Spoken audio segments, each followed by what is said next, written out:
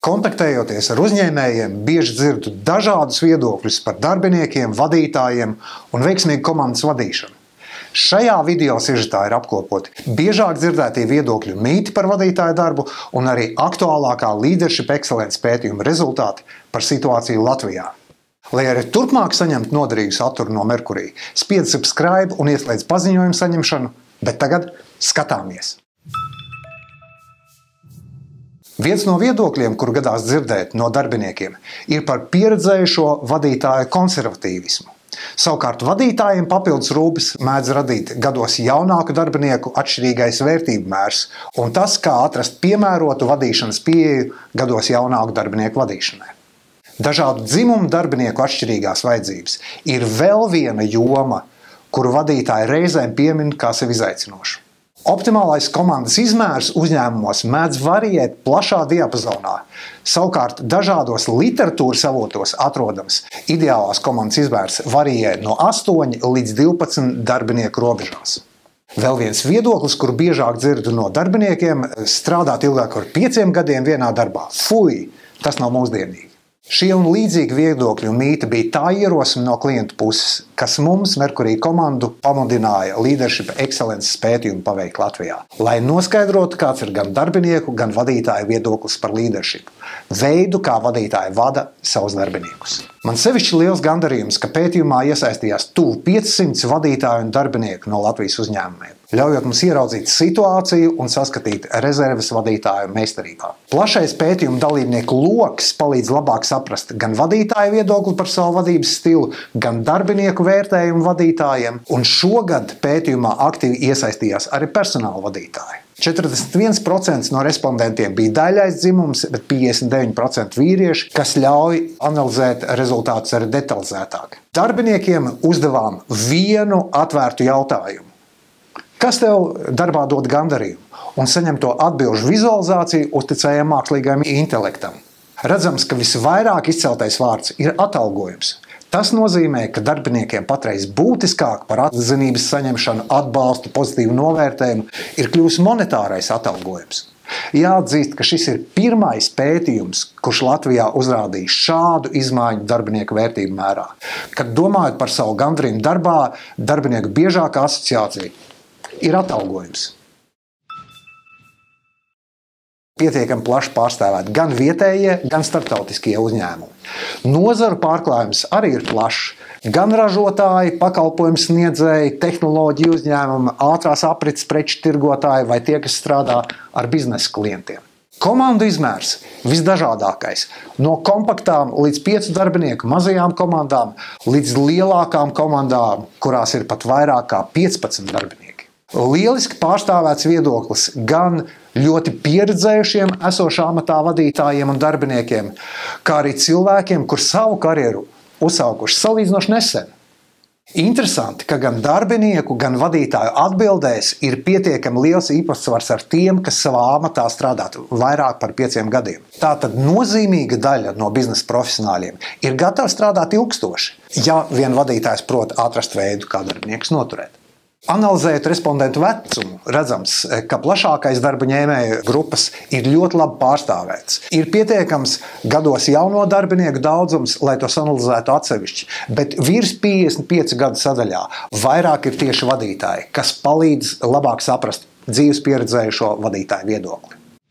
Pētījuma kopējie rezultāti parādīja būtisku atšķirību darbinieku un vadītāju vērtējumās. Lūdzām novērtēt 10 ar leadership saistītus faktorus skalā no 1 ļoti neraksturīgi man līdz 7 raksturīgs manam kolektīvam. Vadītāju vidējais vērtējums savam sniegumam ir 5,88 no 7, kas ir pietiekami augsts sevis pašvērtējums. Un vairākiem jautājumiem vadītāji piešķīruši pat 6 punktus. Darbinieki novērtējuši skeptiskāk, kas norāda uz to, ka darbinieki saskata vairākas jomas, kur vadītājiem ir būtiskas rezerves savas meistarības pilnveidošanai. Visaugstākais novērtējums ir 10. faktoram.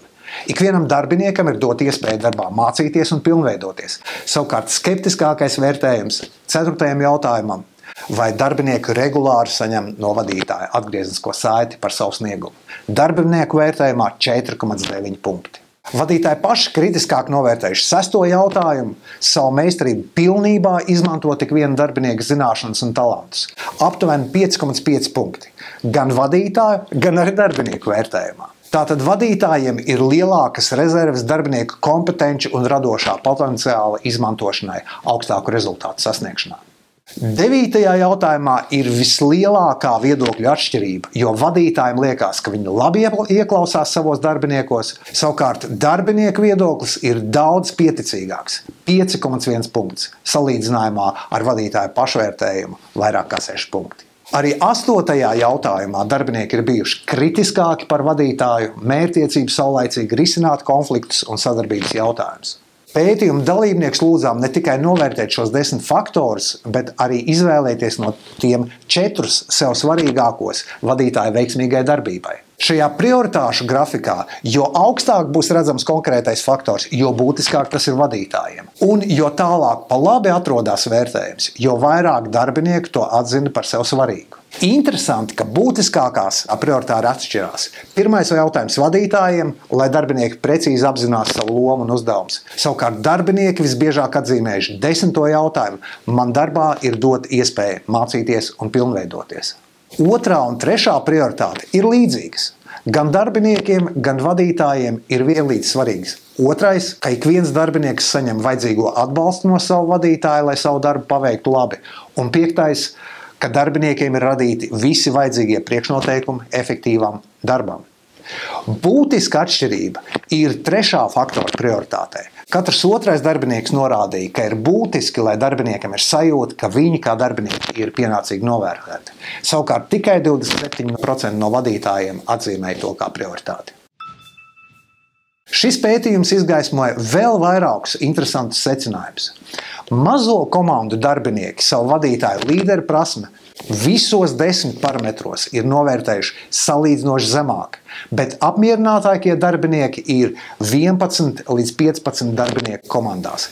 Acīm redzot, 11 darbinieku komandā vadītājiem veiksmīgāk izdodas nodrošināt dažādu darbinieku vadīšanu un apmierinātību. Salīdzinot vadītājus virs 55 gadiem un darbiniekus līdz 35 gadiem, redzams, ka pieredzējušie vadītāji vērtē sevi nedaudz augstāk kā cita vecuma vadītāji, bet kopumā vērtējumi vadītājiem būtiski neatšķirās. Savukārt gados jaunākie darbinieki ir salīdzinoši visskeptiskākā darbinieku grupa.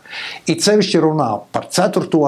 un 7. jautājumu, kas vairāk saistīti ar vadītāju aktivitāti un atgrieznisko saiti. Darbinieku atbildes atkarībā no stāža esošajā amatā parādīja, ka visapmierinātākie ir darbinieki karjeras sākumā, bet skeptiskākais vērtējums ir 3., 4., 5. gada darbiniekiem. Sevišķi kritiski novērtēja tieši regulārās atgriezniskās saites trūkumu.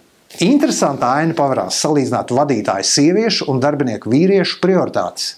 Šajā grafikā redzams, ka vairums no faktoriem neatrodas uz diagonālās līnijas, bet ir nobīdīti uz vienu vai otru pusi. Tas nozīmē, ka vīriešiem darbiniekiem un vadītājām stipri atšķirās prioritātes.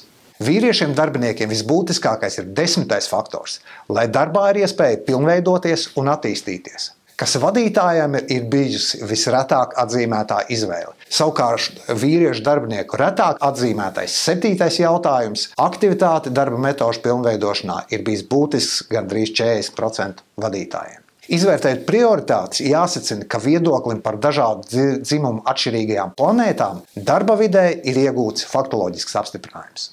Šie ir interesantākie Leadership Excellence pētījuma secinājumi, pamatojoties uz tiem Merkurī komandā izstrādāt vairāk ieteikumi jaudīgākam līderu darbam ar darbiniekiem. Velti laiku kontaktam ar darbinieku. Tas palīdzēs labāk izprast konkrētā darbinieka domāšanas veidu, prioritātes, vēlmes, intereses. Tādā veidā palīdzot gan veidot labāku savstarpējo kontaktu, gan arī izvēloties darbiniekam būtiskākos stimulus, lai panāktu konkrētā kolēģa aktīvāku iesaistīšanos un lielāku interesētību. Pielāgot savu vadības stilu. Individuāli izvēloties darbiniekam piemērotākās vadības metodes, vadītājiem ir iespēja paaugstināt konkrētā darbinieka produktivitāti un panākt lielāku apmierinātību ar darbu un kolektīvu. Jautā darbiniekiem atgrieznisko saiti. Uzzinot darbinieku viedokli par savu darba stilu, vadītājs precīzāk identificē rezerves savā meistarībā un mērķtiecīgi tās attīstot var paaugstināt savu līderi jaudu. Rīkojies proaktīvi.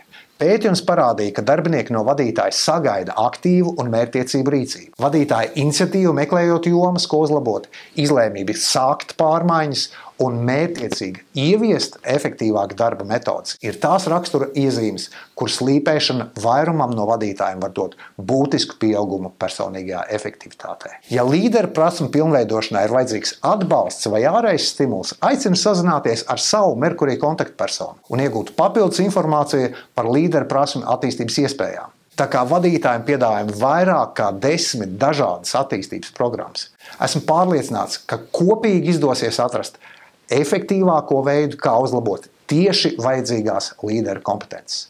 Sasniedz vairāk!